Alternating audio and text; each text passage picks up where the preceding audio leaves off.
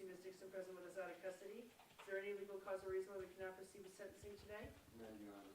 And the plea was entered to resisting public officer with use of a firearm. The negotiations and the guilty plea agreement were that the state agreed to make no recommendation at the time of sentencing. The defendant did waive any defects in the pleadings, and the remaining counts are to be dismissed. Does the state stand by the negotiation today? Yes, Your Honor. I did have some notes in my file that the officer was deciding whether or not he wished to speak. Can I just confirm in the hallway that he's not here? Yes, this would be Officer Dingle. Yes, Your Honor. Okay. We'll call the courtroom. We have Officer Dingle not present in the courtroom. We'll see if Officer Dingle is waiting outside.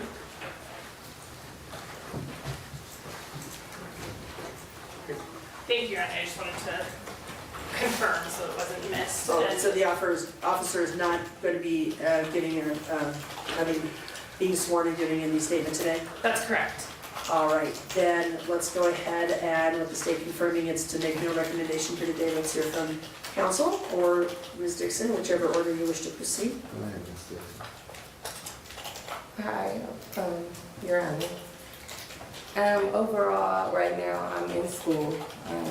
I'm no longer employed because of the situation. I'm in school for a BHT. I'll be graduating in December.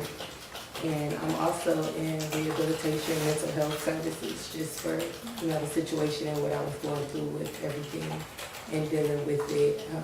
I'm a single mother of 5. And I want to apologize to everyone that was in the situation and the officers, the victims, my child, everyone that was involved. Overall, I apologize to the courts also. And it was an unfortunate situation that I wasn't aware about, but I was put in a situation. So with that, I do understand. And I'm appreciative that I know when I heard you or anyone else in this situation. And I do apologize once again. Mr. Ordo. Your Honor, I want to point out some facts here. The first, the charge, and I think we talked about this at the plea colloquy, that it's with the use of a firearm, and it was actually a car, a vehicle.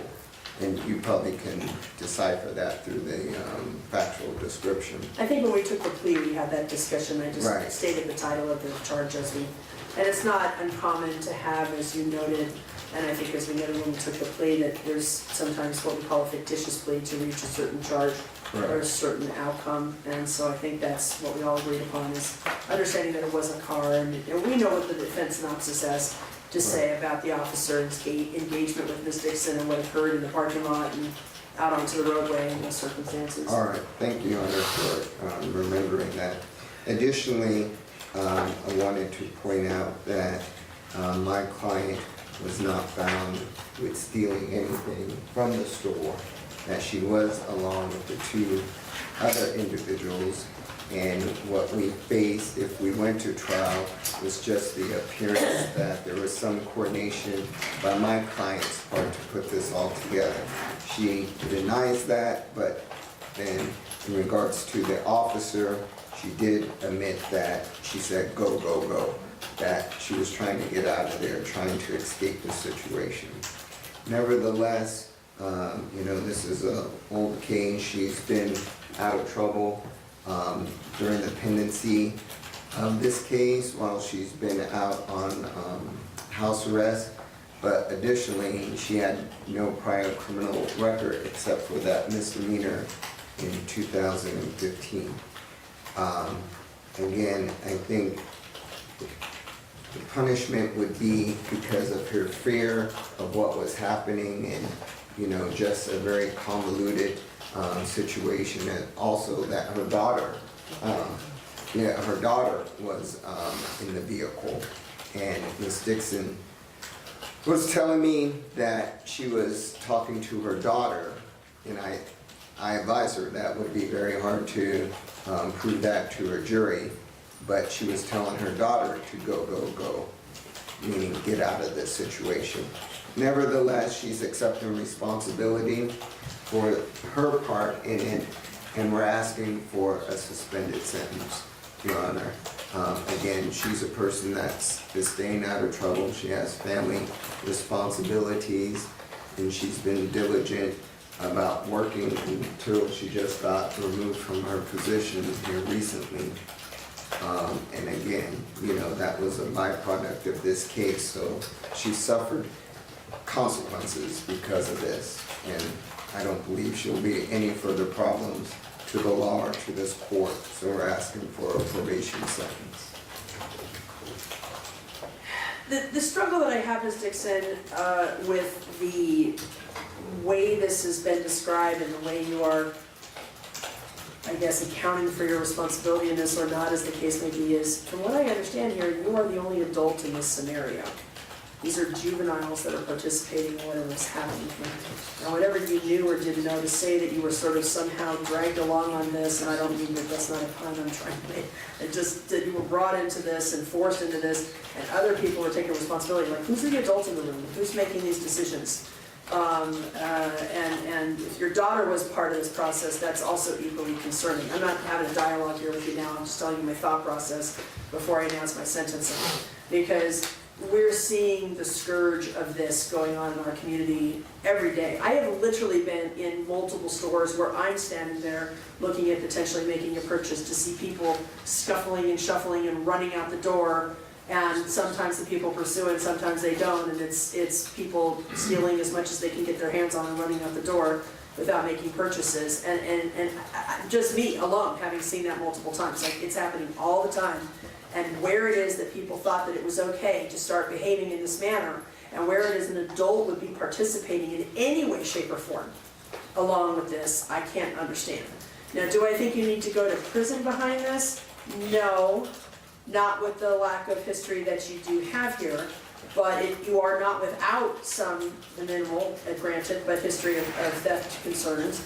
And now we have this situation happening. So while I appreciate very much that you are, as you noted in your statement, a single mother with 5 children, and you're also helping take care of a grandmother, and have these circumstances occurring, this is never acceptable behavior in the community.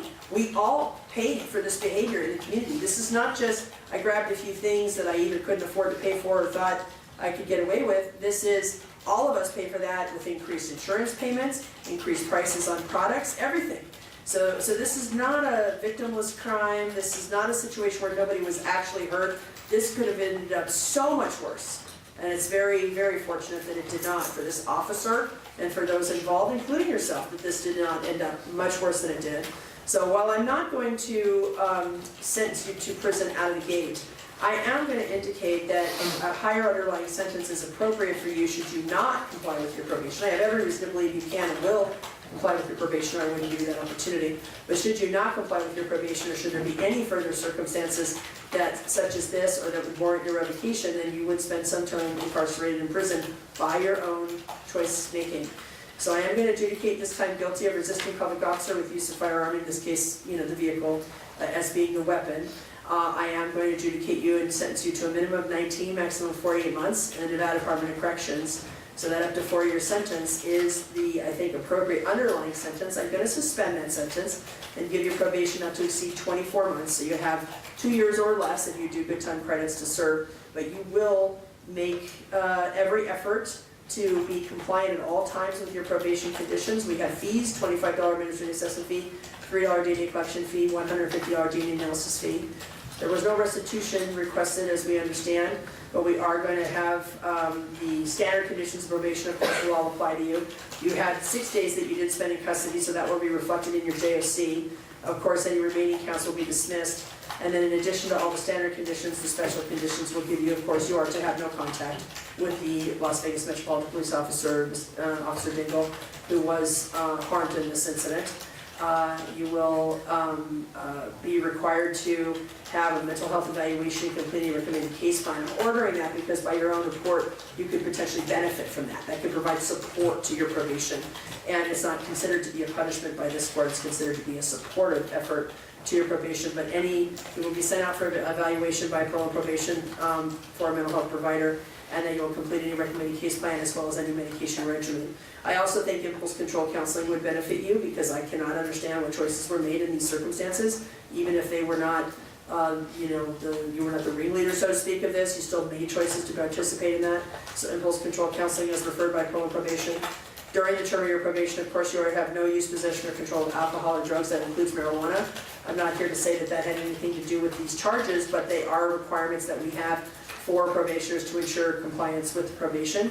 So no use, again, possession or control of alcohol or drugs, including marijuana. We do want you to have full-time employment as structured to your probation. We appreciate you don't have it now, but you will get it as structure and requirement of your probation to maintain that full-time employment, lawful employment. You will comply with any curfew that may be imposed. I'm not saying they would, but if they do, you'll have a curfew, you have to comply. And then report within 48 hours, so you have till Friday to go to parole and probation and check in that you're on probation as of today, make no mistake about that. And then in addition to all the standard search clauses, you have the special search clause that any digital storage media they have access to or use, including computers, handheld communication devices, network applications, associated devices. This includes social media and remote storage services. They are all subject to search, and you must provide all passwords, unlock codes, and account information associated with these items with or without a search warrant requested division of parole and probation or its agents. And then otherwise, you were on a bond that can now be exonerated because you're on formal probation. You were also on high-level electronic monitoring. That is removed. You should be able to turn that equipment in tomorrow. But the stay-away order from the target on Blue Diamond Road stays in place, as well as the no contact with the victim. Good luck, ma'am. Thank you.